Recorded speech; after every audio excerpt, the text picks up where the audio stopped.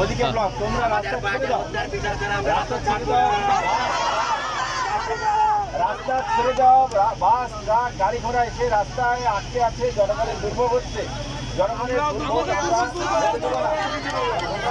ক্যাম্পাসে ফিরে আসছে, আমাদের ক্যাম্পাসে থাকি আমরা, তোমরা ক্যাম্পাসের বাইরেই যেও না, তোমরা ক্যাম্পাসে চলে আসো।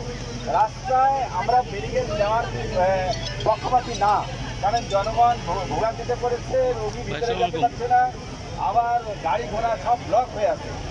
তোমরা যেহেতু মেডিকেল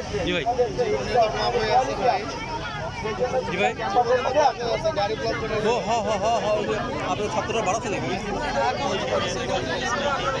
আচ্ছা আচ্ছা, সবাই ভেতরে আসো, ভেতরে আসো।